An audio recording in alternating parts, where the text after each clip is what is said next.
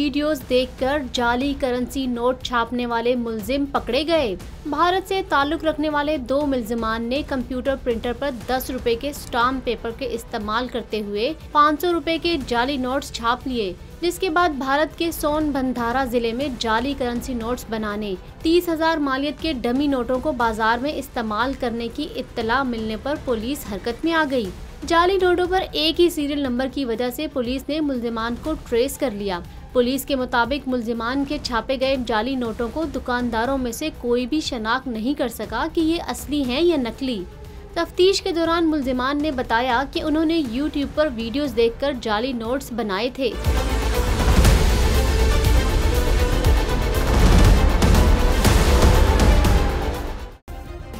Subscribe करें और bell दबाएं ताकि कोई खबर रह न जाए।